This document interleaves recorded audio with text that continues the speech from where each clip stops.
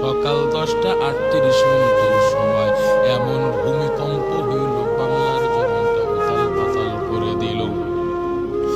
বাংলার জমিনটা ভূমিকম্পে উথাল পাতাল করে দিল রে মুমিন। এমন ভূমিকম্প, যেই ভূমিকম্পের কারণে গোটা দেশ কেঁপে উঠল। এমন অবস্থা হইল, মানুষেরা বিভিন্ন জায়গা থেকে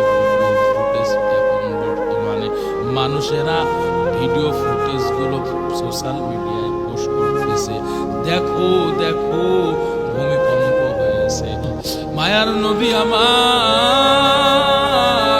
গোটা উম্মতদেরকে জানা দেন, হে উম্মতের দল, দুনিয়ার বুকে ভূমিকম্প হয় 4টা গুণা যখন বেড়ে যায়।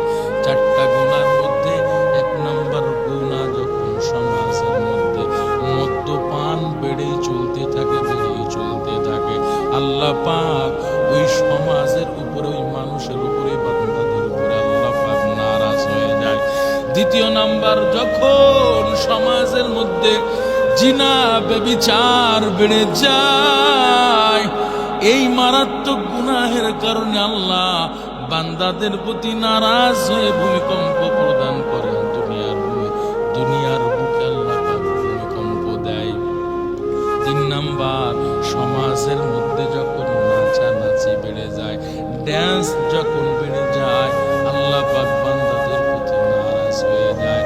মায়ার নবী রাহমাতুল লিল আলামিন 4 নাম্বার গুনাহের কথা বলেছেন, যেই গুনাহের কারণে আল্লাহ পাক বান্দাদের প্রতি নারাজ হয়ে যায়, বান্দাদের প্রতি আল্লাহ পাক অসন্তুষ্ট হয়ে যায়।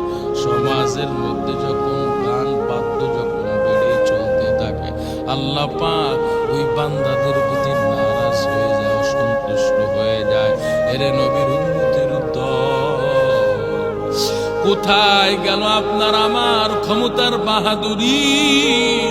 কোথায় গেল আপনার আমার সম্পদের বাহাদুরি?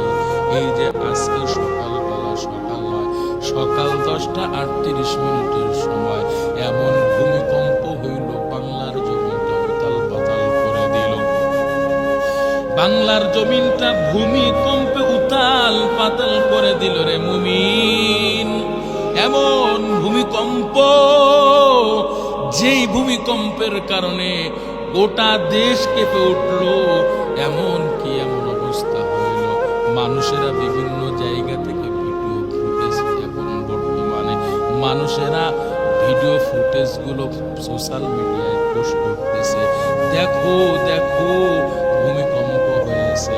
এরে নবীর উম্মতের দল, 4টা গুনাহ যদি ছেড়ে দিতে পারি, আল্লাহ পাক আমাদের প্রতি রাজি খুশি হয়ে যাবে, আমাদেরকে বিভিন্ন গজব আযাব থেকে হেফাজত করবেন। আল্লাহ পাক আমাদের সকল